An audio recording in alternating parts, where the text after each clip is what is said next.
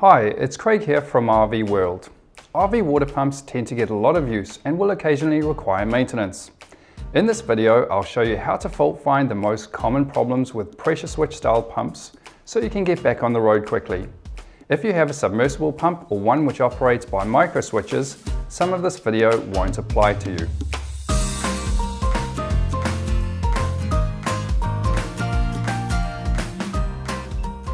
Let's start with the basics. If your pump is not operating, the first step is to make sure the pump's master switch is on and you actually have voltage at the pump. You can do this with a basic multimeter. If you don't already have one, they can be picked up for around $10 to $15 at a hardware store. Using your multimeter, you want to test for a good supply voltage at the pump before the pressure switch.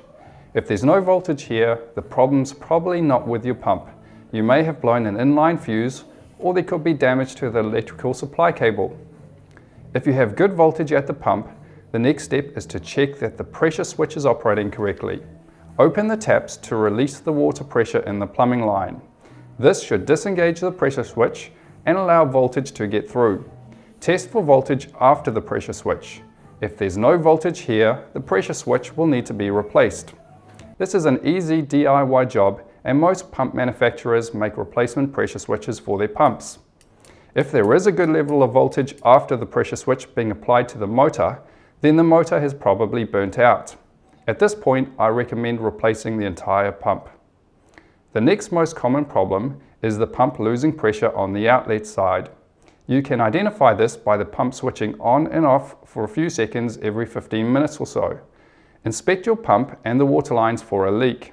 If your toilet uses pressured water from the plumbing system, make sure water isn't slowly leaking into the bowl.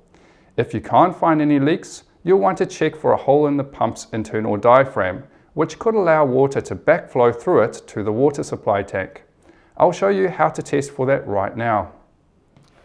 Using John Guest push fittings, I've made this simple extension with a shut-off valve.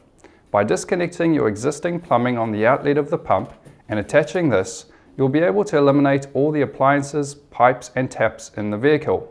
Switch on the pump and open the shut-off valve for a few seconds to bleed out any air in the extension. Make sure you have a bucket handy for this. Leave the pump powered for a while. If the pump still continues to cycle every now and again, it suggests that there is a hole in the diaphragm. Replacement kits are often available.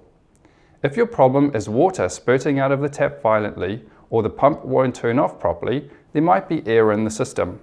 Check the strainer is fastened to the pump correctly, making an airtight seal. If your strainer has a transparent screw cap, look for bubbles getting in here or passing through in the water. A noisy pump is often a common complaint amongst RV owners. Here are some quick, low-cost steps you can try to quieten your pump. Place a rubber mouse pad between the pump's mounting feet and the floor. This will help isolate the motor's vibrations. Most pump manufacturers recommend at least 30 centimeters of flexible hose on the pump's inlet and outlet ports.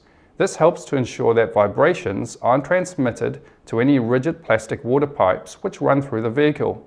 If you happen to find any pipes rattling against cabinets, wrap them with foam or fabric. On a last note, if you live in a cold climate where your vehicle is stored in below zero temperatures, you may want to consider winterizing your plumbing system to stop potential damage from freezing. I'm not going to go into winterizing now because there are lots of videos already online discussing this. I hope you found this video helpful. If you're in the market for a new pump, check out our video, How to Choose a Caravan or Motorhome Pump, where we explain the important things to consider when choosing a pump for your vehicle.